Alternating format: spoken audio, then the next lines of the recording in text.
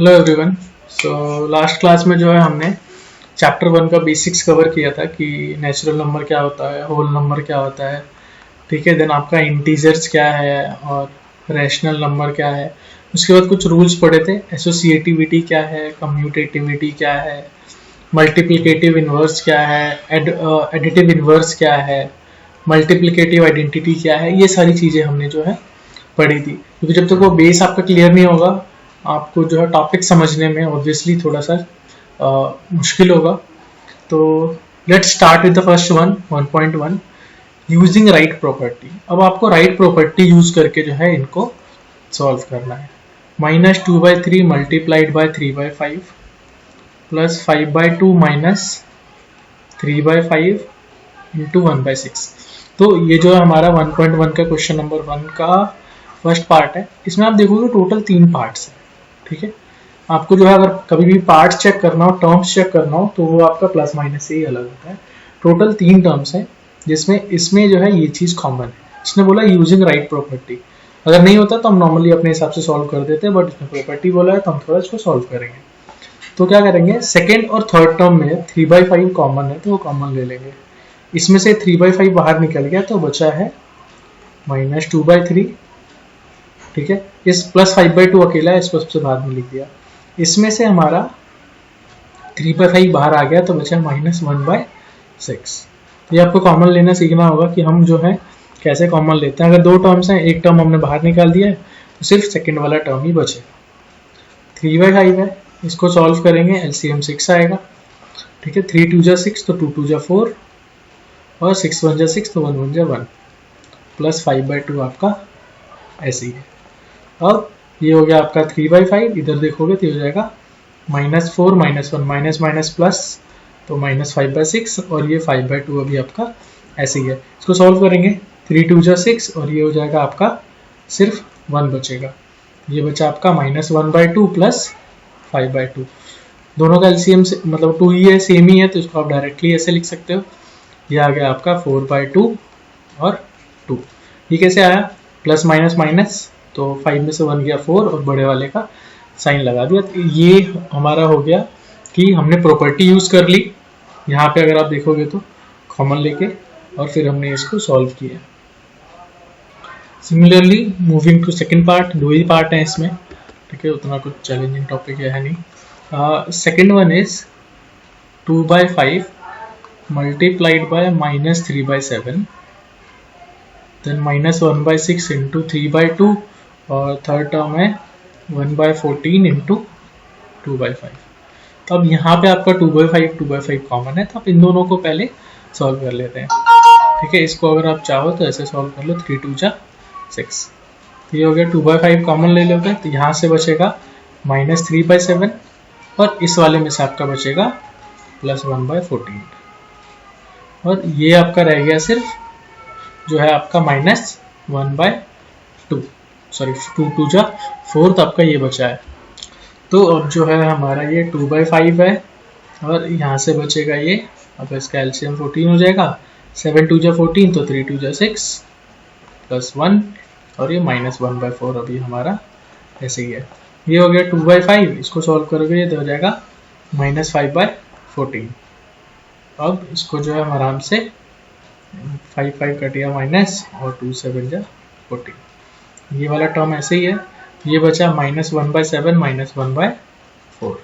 इसका एलसीएम आ गया 28। 7 4 जा 28 तो 1 4 जा 4, 4 7 जा तो 1 7 7। ये आ गया आपका -11/28। ये इसका जो है आपका आंसर है सेकंड वाले पार्ट का। ना कमिंग टू थर्ड क्वेश्चन,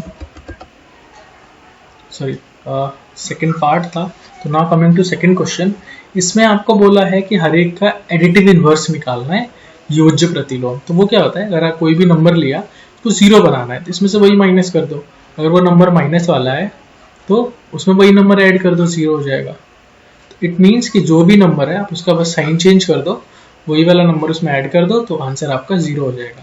हमने इसको और डिटेल में लास्ट में समझा था कि ये एडिटिव इन्वर्स है क्या, कोई नंबर उसमें क्या ऐड करे कि आंसर 0 आ जाए। तो जैसे हमारा पहला इसमें पहला है 2/8, तो इसका हो जाएगा -2/8। अब इन दोनों का आप ऐड करके देख लो, 0 हो जाएगा। सेकेंड इज -5/9, ये हो जाएगा 5/9। थर्ड इज -6/-5, तो ये तो ऐसे ही कट गया माइनस, तो ये तो खुद ही है 6/5। अब ये हो जाएगा -6/5। ठीक है, ये दोनों एक ही चीज है, इसलिए इसमें ऐसे आया है। देन 2/-9, ओनली 2/9, क्योंकि ये पूरा माइनस ऊपर और नीचे हो, कहीं भी माइनस है तो हटा देंगे। उससे नेक्स्ट में है -19/6, तो इसका हो जाएगा 19/6 को माइनस हटा देना है। तो ये जो है आपका सेकेंड पार्ट का सभी का आंसर है। ये आपके आंसर्स हैं कि इनके जो है एडिटिव इनवर्स या योज्य प्रतिलोम क्या होंगे।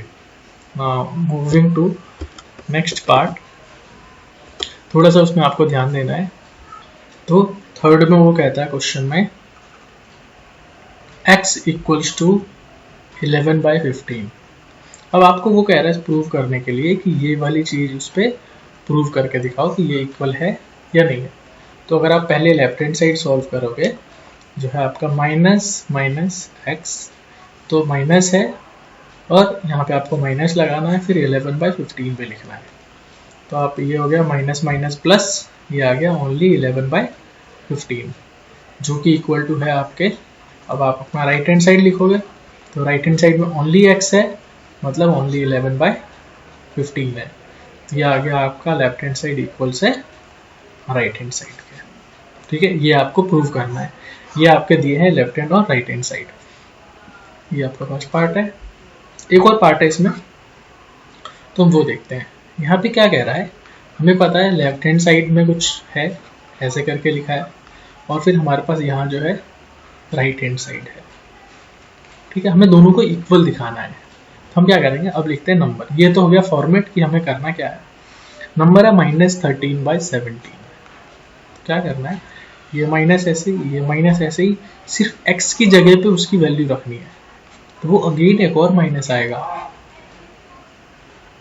ठीक है, क्योंकि इसकी जगह पे हमने लास्ट इन पॉजिटिव है तो पॉजिटिव रखा, इसको रहने देते हैं, ये दोनों माइनस होके इंटू हो जाएगा, तो 13/17 आएगा। अब इसको करोगे तो ये -13/17 हो जाएगा, जो कि अब यहाँ पे x की डायरेक्ट वैल्यू रखनी है, मतलब ये वाली वैल्यू रखनी है, -13/17। तो आप देख लो, आपका ये लेफ्ट हैंड साइड और राइट हैंड साइड जो है वो आपस में दोनों इक्वल है। यही आपको जो है इस वाले पार्ट में शो करना है। नाउ नेक्स्ट फोर्थ है मल्टीप्लिकेटिव इनवर्स या गुणात्मक प्रतिलोम। तो हमने पढ़ा था कि अगर मान लिया मैंने लिखा 8/5, इसको किससे इंटू करूं कि इसका आंसर 1 हो जाए।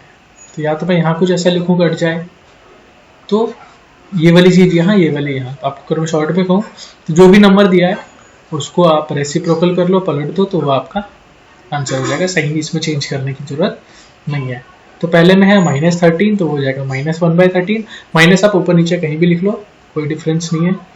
सेकेंड है -13/19, तो ये हो जाएगा -19/13। थर्ड है 1/5, तो 5/1, या कि ओनली 5 आप लिख सकते हो आंसर में। उससे नेक्स्ट है -5/8 इंटू -3/7। पहले इसको सॉल्व कर लेते, ये हो जाएगा ओनली 15/8 7 या 56, तो आंसर हो गया 56/15। उससे अगले में माइनस से इंटू करना है, तो वो क्वेश्चन आपका -1 इंटू -2/5, तो ये हो गया ओनली 2/5, माइनस माइनस प्लस, तो अब इसका 5/2 हो जाएगा आपका।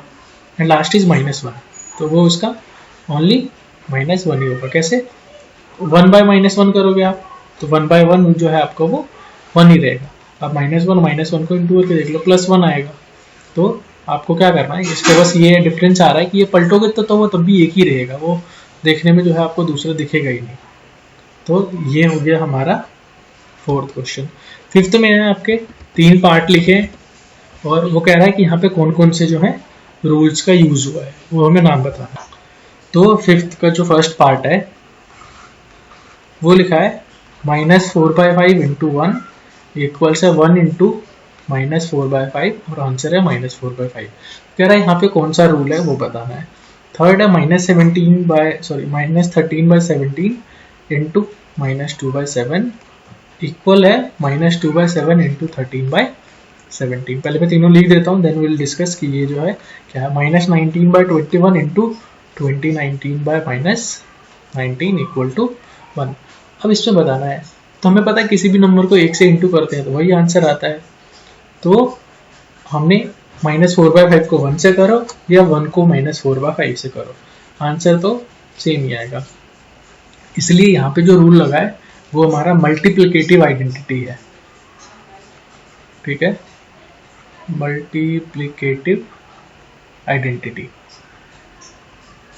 ठीक है, इसका मतलब होता है कि आप किसी नंबर को 1 से इंटू कर लो वही आंसर रहेगा। हिंदी वालों के लिए गुणात्मक तत्समक, ये इसका रूल है। सेकंड में क्या है, दो चीजें हैं, उसको अगर मैं आगे पीछे इंटू करता हूँ आंसर सेम आ रही है, तो ये आपका जो है कम्यूटेटिविटी वाला रूल है। और थर्ड में अगर आपने किसी नंबर को उसी के रेसिप्रोकल या उसी को पलट के इंटू किया तो आपका आंसर 1 आएगा। तो ये तो अभी हमने लास्ट क्वेश्चन में देखा था, और इस प्रॉपर्टी का नाम मल्टीप्लिकेटिव इनवर्स है। ठीक है, आपको ये तीनों ध्यान रखना है कि कौन कौन सी हमारी प्रॉपर्टीज है। Now moving to next question, 6th one. तो 6th क्वेश्चन जो है आपका कह रहा है कि 6/13 को -7 के रेसिप्रोकल से, ठीक है, यही जो है, तो हमें 6/13 को मल्टीप्लाई करना है -7/16 के रेसिप्रोकल से या व्युत्क्रम से। इट मीन्स ये हो जाएगा -16/7। माइनस आप ऊपर नीचे कहीं भी लिख लो, कोई फर्क नहीं पड़ेगा। इसको हमें मल्टीप्लाई करना है -16/7 से, ये हो जाएगा -96/91। ये जो है हमारा इसका आंसर हो गया सिंपल। बस आपको ये ध्यान रखना था कि हम दोनों नंबर को डायरेक्टली मल्टीप्लाई ना कर दें, हमें उनके एक के जो है इसके रेसिप्रोकल को इससे मल्टीप्लाई करना था। तो ये चीज़ आपको जो है इस वाले पार्ट में ध्यान रखना है। उसके बाद जो है नेक्स्ट क्वेश्चन 7th में कह रहे हो कि हमारे पास 3 नंबर दिए हैं। एक ऐसे है, जो मैं नंबर लिख देता हूँ, 1/3 को मल्टीप्लाई करना है 6 इंटू 4/3 से। इसको मैं चाहूँ तो ऐसे भी कर सकता हूँ, पहले इन दोनों को कर लूँगा, जो आंसर आएगा वो 4/3 से। तो बस ये कह रहा है कि प्रॉपर्टी कौन सा है, तो सिंपल एसोसिएटिविटी प्रॉपर्टी है। यहाँ पे मैं 3 नंबर्स को आपस में किसी भी सीक्वेंस में मल्टीप्लाई करूँ, आंसर सेम आएगा। ये हो गया 12×5=60, यहाँ मैं इसको पहले कर लूँ 23×60, तो आपको जो है आंसर दोनों केस में सेम रहेगा। ये आपके रिमेनिंग क्वेश्चंस हैं 8, 9, 10, 11। So let's start with 8। 8/9 is the multiplicative inverse of this. क्या वो इनवर्स है, चेक करते हैं। 8/9 है, इसका मल्टीप्लिकेटिव इनवर्स क्या होगा, 9/8। अगर मैं इसको ऐसे करके डिवाइड करूँ, ठीक है, 8 1 8, तो ये ऐसे बनेगा। माइनस है यहाँ पे, इट मीन्स ये इसका मल्टीप्लिकेटिव इनवर्स तो नहीं है, क्योंकि मल्टीप्लिकेटिव इनवर्स में सिर्फ हम उसको रेसिप्रोकेट करते हैं, ठीक है, उसमें माइनस का साइन नहीं आता है। Next is 0.3 multiplicative inverse of this. देखते हैं, कह रहा है कि क्या ये इसका मल्टीप्लिकेटिव इनवर्स है। आप मल्टीप्लिकेटिव इनवर्स इधर से इधर चेक करो, इधर से इधर चेक करो, वो एक ही है। तो 0.3 का मल्टीप्लिकेटिव इनवर्स, ये हटाया 10, तो ये तो खुद है 3/10, इसका मल्टीप्लिकेटिव इनवर्स होगा 10/3। 10/3 को आप ऐसे डिवाइड करोगे तो ऐसे लिख सकते हो। तो क्वेश्चन इधर से है, मैंने इधर से चेक किया, आप वहीं से भी कर सकते हो। हाँ, ये उसका मल्टीप्लिकेटिव इनवर्स है।